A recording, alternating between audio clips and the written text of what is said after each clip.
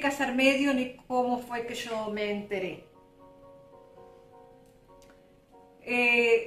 Todo empezó cuando yo tenía 12 años, hoy tengo 54. Así que imagínense que es una vida entera tratando de sacar esto adelante y de, digamos que, descubrir cómo sobrevivir con esto. Todo parte por un gran detonante. Generalmente la persona entra en la mediunidad o despierta la mediunidad, generalmente, no quiero decir que sea como una fórmula, ¿no? Pero siempre con algo drástico, con algún cambio, con alguna enfermedad, con algún dolor que le cause es como que yo intenté apoyo. Yo tuve un problema a los 12 años grave, que fue un accidente de tránsito con mi familia, en donde falleció mi tío y mi tía. Y es como que yo necesité apoyo externo que yo tenía a mi disposición, y es cuando yo entro a ver y a entender y a ver y a observar, y empiezo, es como que se me abren los ojos, se me abren los oídos. Yo soy media sorda. Para los que me conocen saben que yo escucho muy mal. Físicamente yo tengo problemas de oídos porque nací prematura y tengo muchos problemas de garganta y oídos. Pero lo más gracioso es que yo puedo ser un poco sorda físicamente, pero espiritualmente escucho y escucho mucho. Entonces yo empecé a escuchar. Cuando pasó el accidente, yo tenía 12 años. Falleció mi tío rápidamente, no me acuerdo en cuántos días, y después falleció mi tía. No, mi tía falleció primero y después falleció mi tío. A partir de esos días, que imagínense un caos familiar, mi abuela quedó muy herida, cirugía, quemada, mi mamá también. Yo en ese mismo momento del accidente o antes del accidente, yo lo predije. Yo dije que iba a pasar algo grave y traté de que mi tío querido, no hiciera el viaje a esa hora. Lo intenté de todas las maneras. Imagínense una niña de 12 años, hace muchos años atrás, más de 40 años atrás, no existía redes sociales, la vida era otra.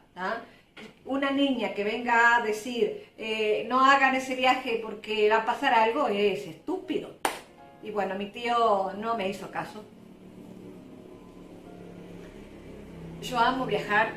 Siempre digo que cuando pasó eso, una de las formas que dije de defenderme fue que yo iba a vivir viajando. Por eso que viajo tanto ahora. Porque eso fue un gran detonante, fue drástico, imagínense, mi primo perdió a sus papás de un día al otro, en fin, mi mamá perdió a su hermano, mi abuela perdió a su hijo, era un caos. A los pocos tiempos que mi tío fallece, yo tocaba piano. Y a él le gustaba una música. Cuando él llegaba a mi casa, él siempre me pedía una música que yo tocaba en el piano. Y un día me encerré en el escritorio de mi casa, donde estaba el piano, me encerré, me puse llave. Ya mi tío había fallecido hacía, no me acuerdo, el tiempo no me acuerdo. El tiempo para mí es ilusión. Empecé a tocar la música en el piano y empezaba y continuaba, terminaba y empezaba y terminaba. Y fue como una explosión de emociones, y sentí una mano arriba de mi hombro, bien clarita la mano, con los dedos así. Yo empecé a llorar, discúlpenme porque esto no es fácil. Seguí tocando, tocaba, terminaba y seguía tocando. Y mi madre me empezaron a golpear la puerta, ¡Macarena! Y yo seguí tocando, y de repente levanté la vista así y veo a mi tío. Y estaba sonriendo, sonrió, estaba vestido con un pijama blanco con rayitas celestes que él amaba. Yo lo vi como lo vi siempre, feliz, con una gran sonrisa, y yo lo amaba mucho. Imagínense con 12 años perder al tío que era el que me llevaba a paseos, a mí, a mi hermana, a todos nosotros. Esa fue mi primera experiencia. Tenía 12 años. Después de eso, la gente, yo era criada en un colegio católico, el Colegio Teresiano de Rivera, Uruguay. Empecé a contar porque yo quería contar que había visto a mi tío, que podía ver cosas, que podía escuchar, que cuando él murió yo supe que moría. Yo vi una mariposa cuando llegó a la habitación de mi tío y yo supe que esa mariposa era mi tía, que había fallecido unos días antes. Supe que ella lo vino a buscar, salió de la ventana de mi tío y después de una mariposa después salieron dos, grandes, blancas. Yo ya sabía en ese momento que mi tío ya había partido al otro plano. Yo estaba con mi hermana y mi primo al lado. Ahí cuando veo bajando la gente en el hospital, así en el hospital de Rivera, veo a la gente llorando, mi madre, mi padre, pero yo ya sabía que mi tío había partido. Y así empecé. Fueron años extremadamente duros porque imagínense 40 años atrás, yo hablando de que lo que veía, de lo que sentía, automáticamente me diagnosticaron epilepsia. Yo tenía como ataques epilépticos. Mi madre y mi padre me llevaron a Montevideo, temas de cerebro, neurológicos. Bueno, me hicieron todos los exámenes habido y por haber, que se puedan imaginar. Y me dio como que me había dado un golpe en el accidente y que producto de ese golpe yo había quedado con no sé qué cosa en un frontal derecho, no sé qué cosa. Y que por ese golpe yo tenía epilepsia y estaba teniendo visiones y tiene otro nombre que ahora no me sale. Ahora cuando me salga se los cuento. Y me empezaron a medicar para epilepsia, desde los 12 años hasta casi los 21. Viví un infierno. Yo no fui una adolescente normal.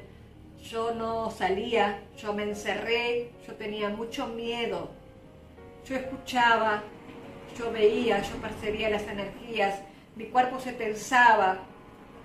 Solo una vez fui a carnaval, que fue cuando yo tenía casi 18, 19 años, pero realmente no lo disfrutaba, realmente lo quiero confesar. Nunca disfruté una fiesta, yo nunca disfruté cuando hay mucha gente junta, porque yo escuchaba sonidos, en mis oídos es como que está abierto a la espiritualidad. Y no siempre los sonidos son lindos, quiero que sepan que a veces hay gritos de dolor, a veces hay cosas tristes para una niña de 12 años. Ese fue mi comienzo. Va a haber muchas otras cosas que en la medida que vaya recordando se los voy contando. Ahí yo me fui a estudiar a Montevideo porque mi familia y mi mamá especialmente, ella quería que nosotros estudiáramos algo universitario, que fuéramos mujeres independientes, y ella era muy trabajadora, es una trabajadora, fue una gran guerrera. Mi madre es una sabia, un rey de basto, como le digo yo, una mujer muy, muy sabia, muy trabajadora. Disculpen que me siente así porque, saben, la gente que me conoce sabe que yo siempre estoy sentada tipo Buda o en el piso. Y después les cuento por qué. Yo nunca me siento en una silla. Entonces empecé a estudiar la universidad, conocí a alguien, me casé, tuve 2 hijos, me recibí de escribana pública, pero en estos 14, 15 años, 12, no me acuerdo cuántos de matrimonio, yo continuaba, me daba ataques de todo tipo. Después me dijeron que eran ataques de pánico, después depresión. Entonces yo busqué la religión porque no encontraba respuestas en la medicina y empecé a ir a la religión y estuve 20 años en la iglesia evangélica. Luego de 20 años en la iglesia evangélica, en donde a mí se me consideró demoníaca, se me consideró pecadora, se me consideró que no tenía moral, que abría puertas para los demonios y que la culpa era solo mía, yo viví otro infierno. Y quiero decirles a los pastores de las iglesias evangélicas que no todo tiene que ver con demonios. Y no existen los demonios, eso es lo peor del caso. No existen los demonios. No existe un diablo. El diablo es una energía de maldad, pero no hay un diablo que esté ahí reventando. No, es una energía, una egrégora donde se están todos los espíritus oscuros. Pero esos espíritus oscuros no son demonios expulsados del cielo, son tus propios familiares, tus propios ancestros que están desesperados porque no tienen luz. ¿Y qué hace el pastor? ¿Qué hace la iglesia evangélica? Dentro de su ignorancia y dentro de la mente cuadrada que tienen, que yo les agradezco, pero tengo que hablar, les agradezco la ayuda en esos 20 años. Pero no me ayudaron en definitiva, porque siempre me culpaban a mí de que yo era la culpable de que mis cosas iban mal. Y yo llegué a un punto que yo no tenía nada con nadie, yo no salía, yo no tenía novio, yo no salía, me divorcié, estuve 8 años más que peor que monja. Y yo no hacía nada. Y estoy segura que el pastor o la otra que se consideraban gran santas hacían de todo en la vida, pero no les pasaba nada, porque no era medio. La único pastor que yo venero y agradezco es mi pastor Miguel Ángel Fernández. Él sí supo, porque era un medio, no era más que un pastor, era medio. Él supo y me dijo, antes de morir, porque supo que iba a morir, me dijo: Macarena, tengo que decirte algo. Yo no entendí, yo tenía 25 años. Me senté y le digo: ay, Miguel, ¿qué pasa? Digo, yo voy a partir. Y yo digo: ¿pero a partir a dónde? ¿Vas a Montevideo? No, voy a partir. Y yo en aquel entonces yo no tenía la preparación para entender que él se estaba despidiendo. Yo siempre me culpé por eso, porque yo no le di la atención a mi pastor en aquel entonces, que era mi mentor, fue mi primer mentor. A la semana él fallece.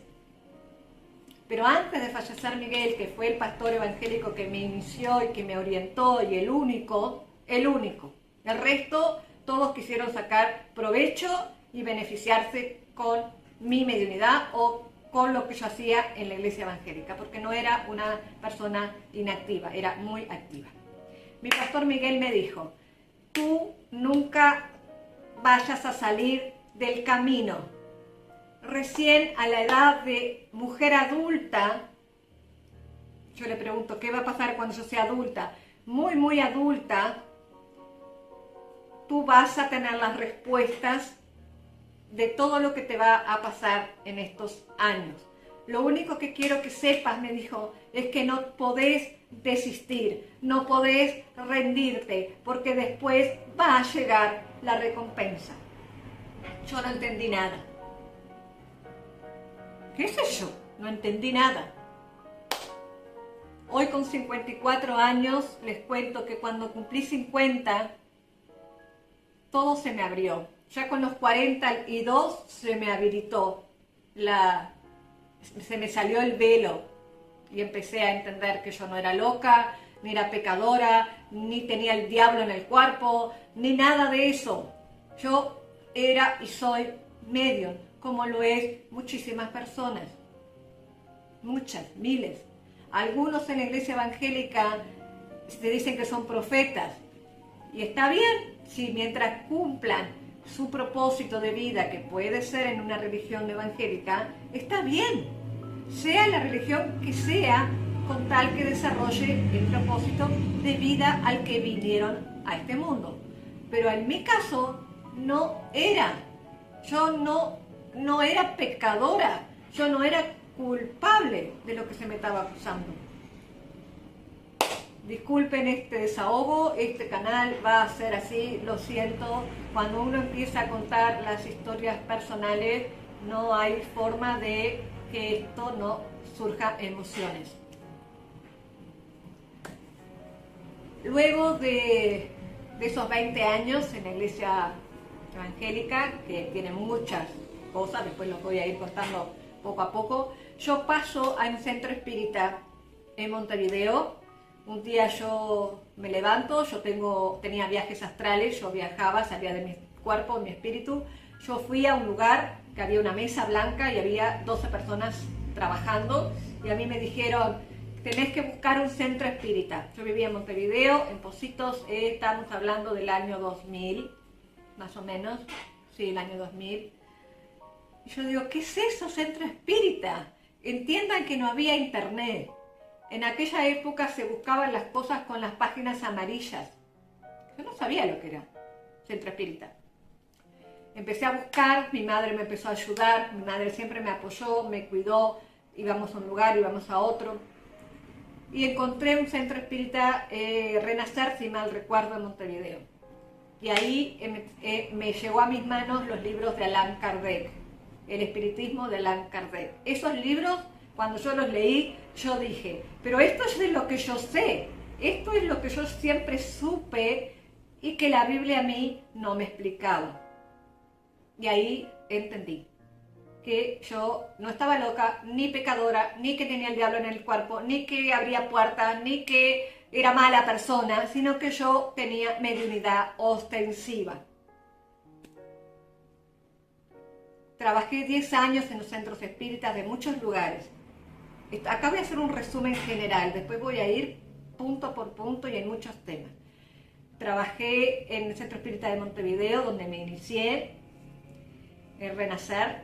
Después trabajé en otro centro espírita que no recuerdo el nombre, por mucho tiempo, de ahí de Montevideo. Después me regresé a Rivera, mi ciudad natal, y entré al Centro Capitán Mauricio, que fue donde empecé a trabajar en la mesa espírita, en forma automática, porque las medium reales, las que vienen ya medium de nacimiento, entran a trabajar sin necesidad de educación, ni de doctrina, ni de nada de eso, que muchos centros espíritas obligan a hacer ese estudio. ¿Por qué? Porque no es necesario, porque en la medida en que vos como medium empezás a trabajar, automáticamente se te abre el velo del conocimiento que tú ya lo tenés en tus vidas, en tu ADN espiritual.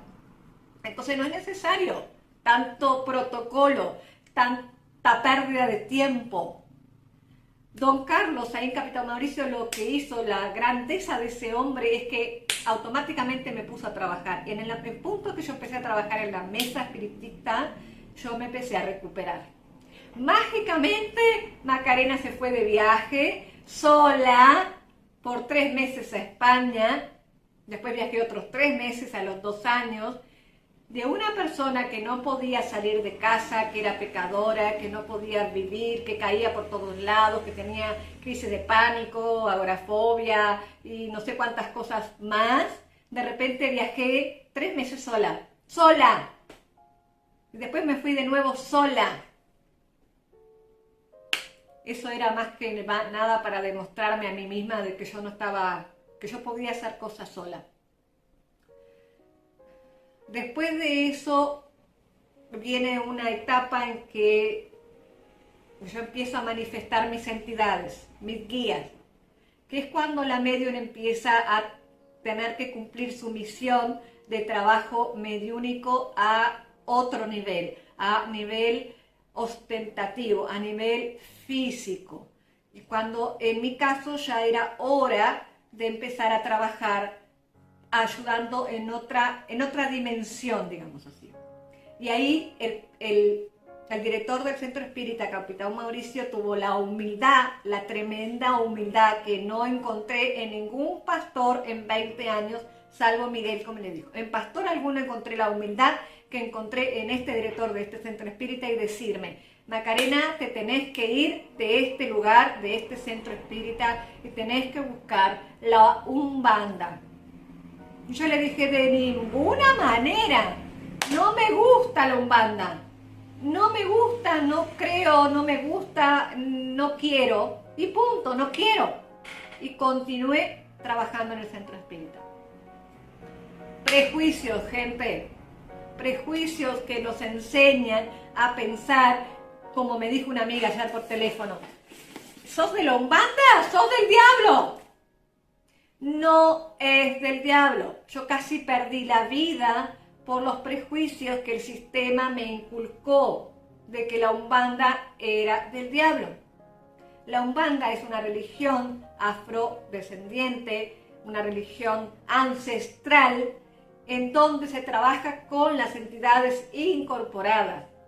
Y es una religión que no nació en Brasil, simplemente Brasil hizo una mezcla de religiones, de varias religiones espíritas y nace en Brasil. Pero la religión espiritual es ancestral, tiene más de 6 millones de años, o sea, siempre existió el chamán, el brujo, el que se comunicaba, el que incorporaba, el que sabía. Siempre existió y va a existir y va a continuar existiendo.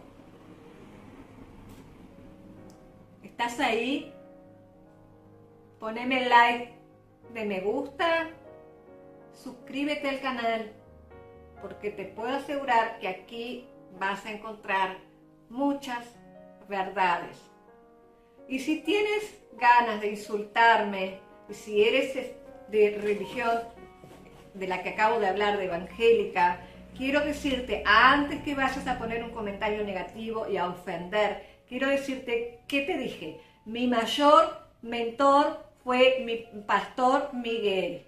Tan es así que yo llamo al indumio de Miguel en su honor. Lo que dije es que la iglesia evangélica no sabe direccionar al espíritu. Y se los voy a explicar. No estoy diciendo que no es buena. Dije que les falta conocimiento. Es buena para determinadas personas que necesitan que les enseñen moral, ética, valores morales, porque la Biblia trae muchos valores morales. Pero en otras personas que ya tienen esos valores y ya acá vienen a hacer otras cosas, que están en otro escalón evolutivo, la iglesia evangélica no consigue explicar qué es lo que pasa. Y entonces por eso yo vengo a contarles qué pasa. Pasa que esa persona es medium, no es demoníaca. Creo que estoy enojada, pero parezco enojada, pero no estoy enojada. Es que me sale de las entrañas, chicos, me sale de las entrañas. Les pido disculpas si parezco un poco agresiva, pero lejos está de mí. Lo que pasa es que a veces se me sale la cuestión de que me gustaría mucho que dejaran de la intolerancia religiosa, que dejen de poner al evangélico contra el umbandista, contra el hinduismo, contra el budismo, contra la nueva era. Son todas religiones buenas, cada uno en lo suyo.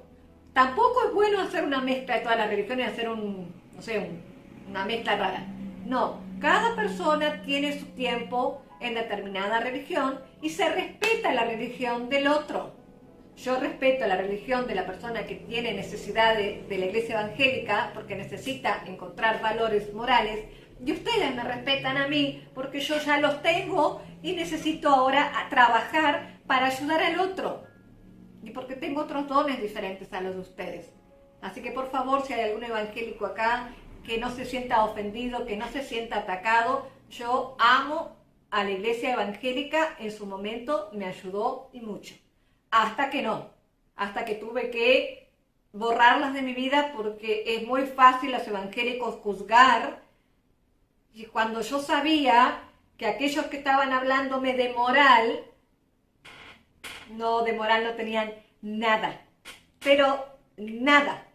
Lo único que tenían era interés económico. Así que ahí es cuando yo decido retirarme y me voy. Entonces, para responder la pregunta de esta señora Alejandra, ¿cómo empezó mi mediunidad? Empezó desde muy pequeñita.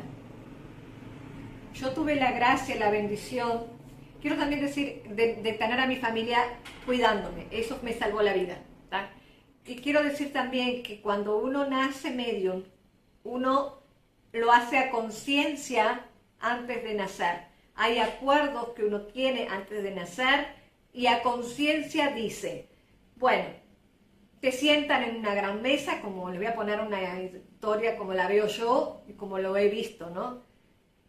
Y te dicen, bueno, tenés que resarcir esto y esto y esto y esto que hiciste en otra vida, que yo lo sé que hice porque las recordé, después les voy a contar mis vidas pasadas, pero podés ir como medio inostensiva y vas a trabajar y vas a padecer estos 30 años, pero si aguantás, vas a poder transmitir ese conocimiento y vas a resarcir mucha karma y vas a evolucionar rápidamente. O podés tener 3 reencarnaciones más leves, pero 3. O podés, por ejemplo, venir con algún problema motor o algún problema de otra índole. O sea, lo que quiero decir es que cuando uno tiene que saldar karmas, como yo estoy saldando, cuanto más karmas tenemos, más necesidad tenemos de espiritualizar al otro o de ayudar al otro o de habilitar que se les quite los velos, porque nosotros venimos con esa misión. Se nos asignó y nosotros la aceptamos.